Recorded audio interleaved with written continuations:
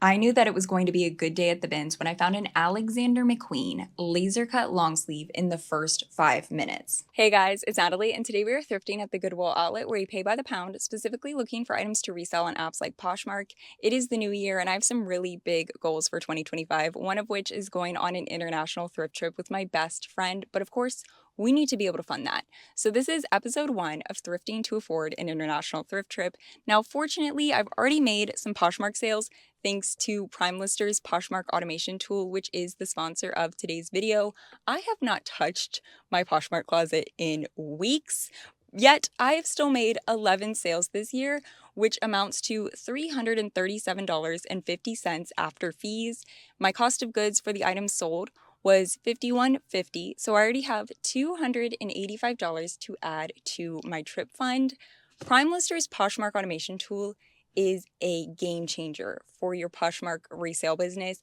It sets your Poshmark closet on autopilot, automatically sharing your listings in the background, bringing them to the top of the search feed, sending offers to likers after a set period of time. I have mine set to send after 5 minutes. Relisting old items, I have mine set to relist after 30 days. It is a set it and forget it kind of thing, which is the best. I love it. Prime Lister is cloud-based, so you don't have to worry about having a laptop open or pressing a button. It is continuously running in the background, truly automatic.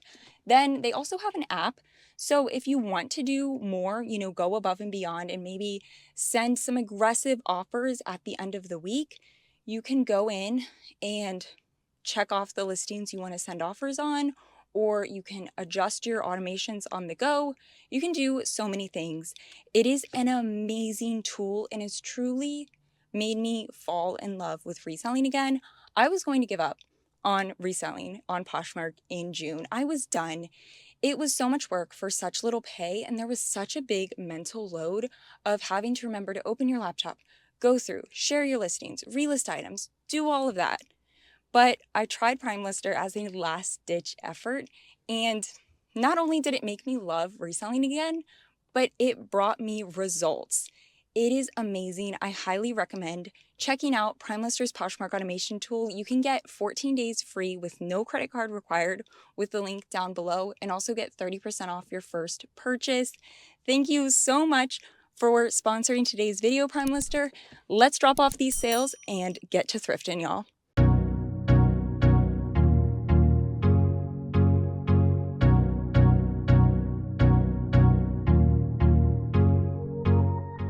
The bins were pretty crowded when I walked in, but we're definitely dying down with lots of people heading out, so I was actually able to get a cart. I always go through older bins while waiting for a new rotation, and in some picked over bins, I found Alexander McQueen. One of my biggest tips for shopping at the bins is to go through the bins, not just wait for a new rotation. But a new rotation did come out, and I braved the notoriously chaotic shoe bins, and I scored 3 pairs of Tory Burch shoes, some patent leather flats in great condition, these smooth leather pumps with silver hardware, and then these canvas platform pumps that do need a little TLC on the heel. Some paint should fix them right up though. I picked up a few other pairs, but ultimately decided to put them back. A pair of black leather boots. They looked like Coach knockoffs and had some interior cracking. Some Allegria men's loafers. These actually sell really well. I probably should have gotten them, but I did not want to deal with getting the band-aids off that were basically a part of the shoe at that point. They were so stuck on there. Some super cute leather booties. Unfortunately, this brand just does not resell well.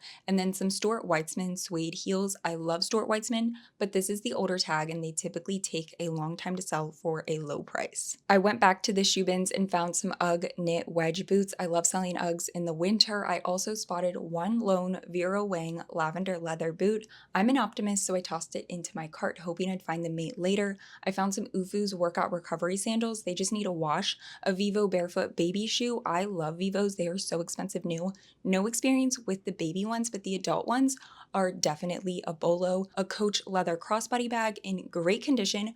I was so surprised that no one snagged this earlier. I'm sure somebody is going to give me a hard time for thrifting and reselling, so for context, this is the back of the Goodwill Outlet. There is genuinely just so much stuff in existence, more than enough to go around. This is just one of 5 Goodwill Outlet locations here in the Houston metro.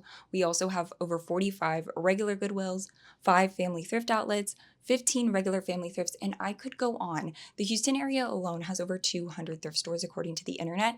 I don't think my cart full of thrifted items to wear and resell is going to change the world by any means, but I do think it does more good than harm. I love checking people's putback piles. Happy to snag this Free People coat they did not want. A vintage Lacoste sweater. This would have been a good pickup, but it had significant stains and holes. The crazy thing about this horse fleece is that I found the same one at this same outlet location several years ago. An older Free People slip dress. If it was summer, I may have picked it up, especially to take to buy-sell trade stores, but since it's out of season, I did decide to pass. Another new rotation came out, and I found an It Girls donations sporty and rich sweatpants. These are sold on Net-a-Porter, new with tag Hansel and Gretel dress. This is a new to me brand. It looks like a high-end Australian boutique, and then some Majorelle, Abercrombie, and Madewell. I was so excited to spot the mother jeans tag, but there was puckering on the thighs, a hole in the back pocket, and more puckering on the butt, so I did leave them behind. I always check out pieces with dry clean tags because people typically only dry clean higher end pieces. Pinch seems to be a boutique brand, but unfortunately it does not seem to hold its value. I picked up a few leather jackets, this one with original tags from Ward's, which closed in 2001, so it is definitely true vintage at over 20 years old. Another one that seems to be 90s Y2K, and then this tan one, it was not in the best condition though, so I did put it back. Someone was putting back this vintage panda sweater and asked if I wanted it. Of course I said yes. I thought this Lulu's floral maxi dress was absolutely stunning. The vintage today was out of this world. I found a coordinating quilted set from the 60s or 70s. Another beautiful quilted piece. This dress is likely from the same era. Then this gorgeous velvet drop waist dress, which I believe is from the 80s.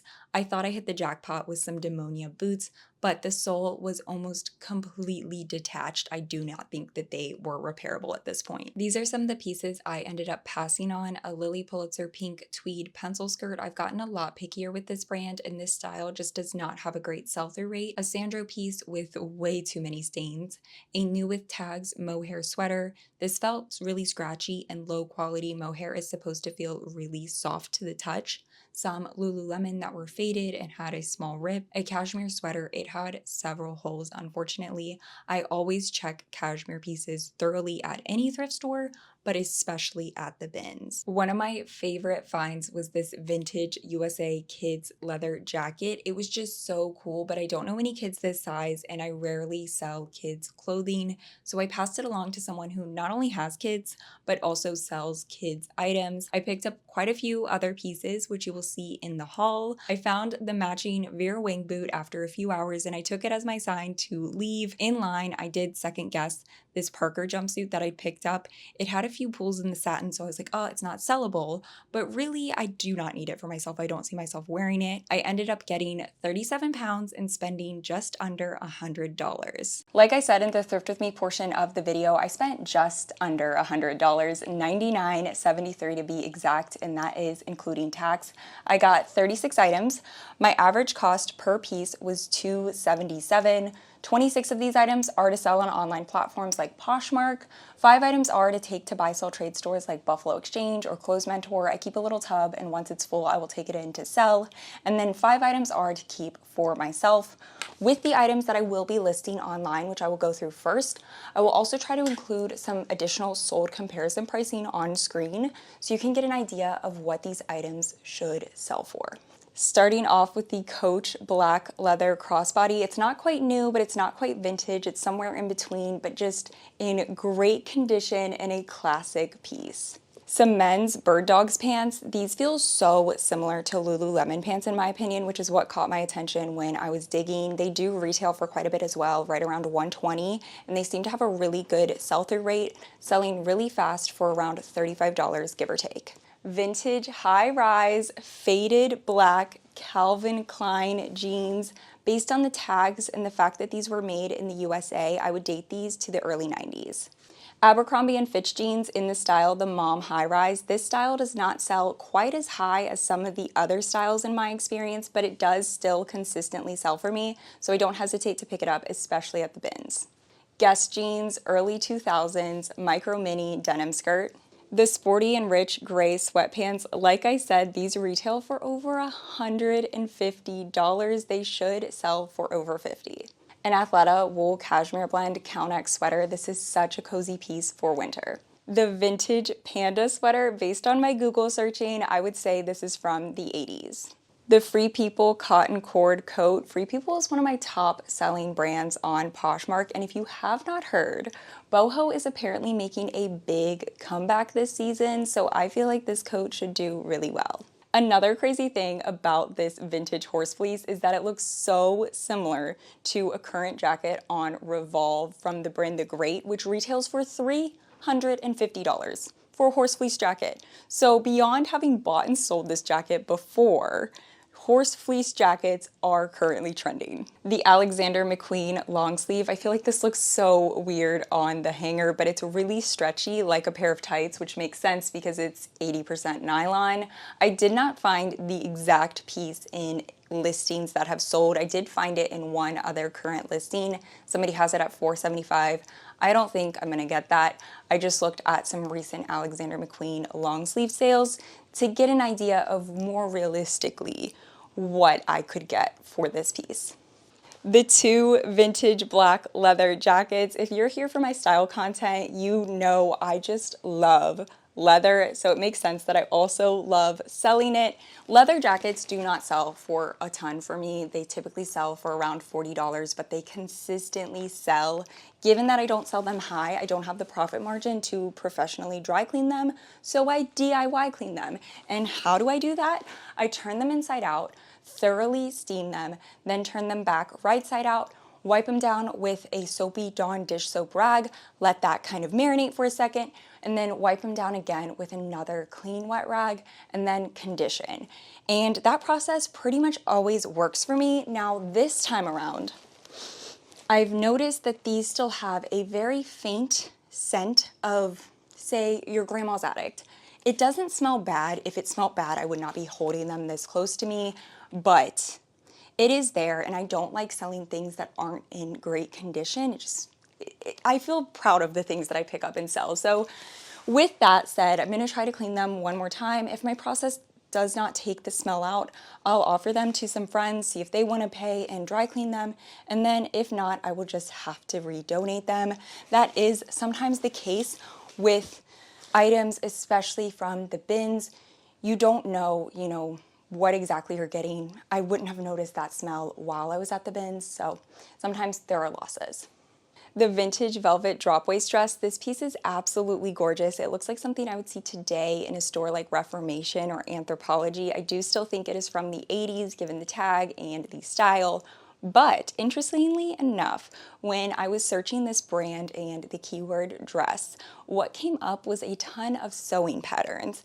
And I would not have initially suspected that this dress was handmade because it is so well constructed. But it kind of makes sense because there's no size tag, there's no material tag, and if you look really closely along the seam, there are a couple of spots where it was hand stitched, which you wouldn't see in a mass-produced dress. So kind of makes sense. It's more of like a one-of-a-kind beauty. I did find the exact dress listed online for $675. I do not think I will get anywhere near that for this piece. So I changed my search strategy to search 80s velvet drop waist dresses and got a much more realistic range of somewhere maybe between $50 to $100, which I will still happily accept for this beauty. The vintage quilted set. Google did agree with my guesstimate of the 60s, but it is still just a guesstimate. I don't know for sure. I wasn't able to find out a ton about this brand, Eddie George of California, but it's in absolutely gorgeous condition. I love the colors. It has pockets on the skirt. Same as with the previous vintage dress, I wasn't able to find the exact item sold, so I used a similar strategy to find similar sold comparison listings of 1960s quilted sets. The other vintage quilted piece, this red dress, I do believe this one is from the 70s. The brand tag on it is Nancy B of California. It's in amazing condition. I was able to find the exact dress in a listing still up for sale and some similar 70s quilted pieces that have sold recently.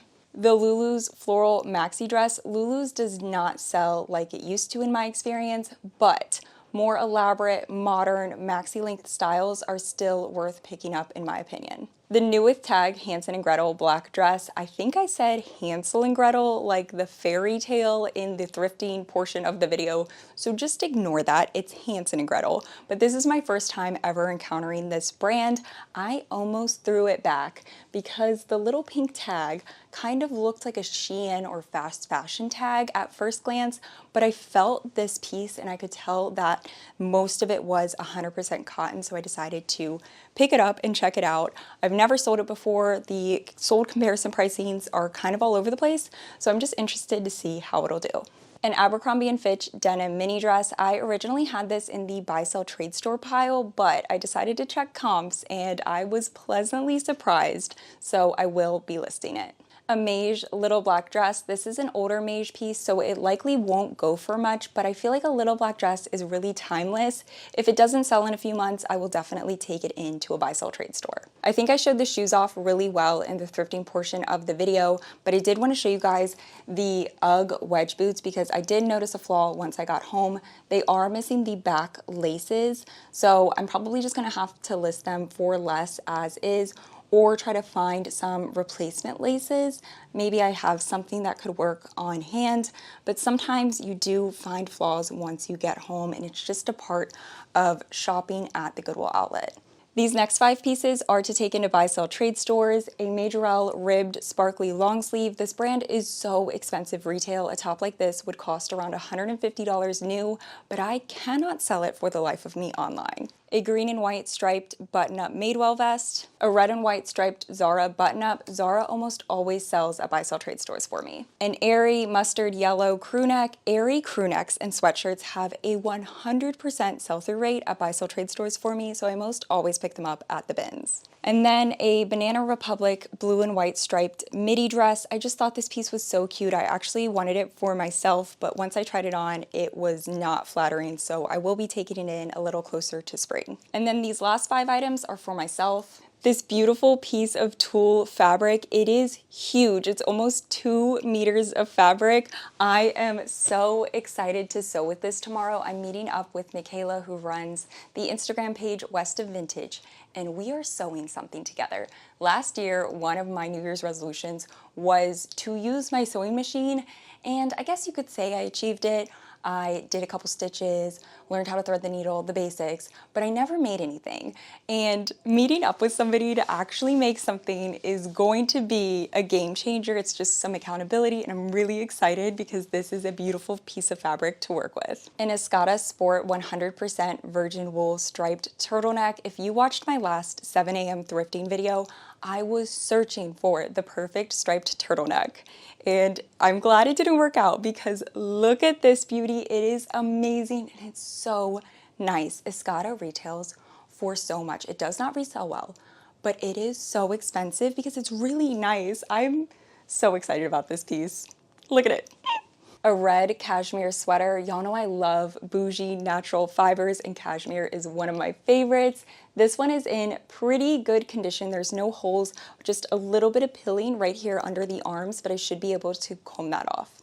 This Zara green plaid scarf, I just thought it was fun for winter. Lastly, this black denim puff sleeve mini dress. This was a great Goodwill Outlet trip to kick off the new year, and I'm so excited to list these pieces on Poshmark and have Prime Lister's Poshmark automation tool running in the background to help me make sales and, of course, fund my international thrift trip. Prime Lister has truly been a game changer for my Poshmark resale business. I would highly recommend trying it out. You can get it 2 weeks free, no credit card needed. Give it a try with the link down below. Thank you guys so much for tuning into my channel. Once again, I cannot wait to be back here with more thrifty content soon. Bye!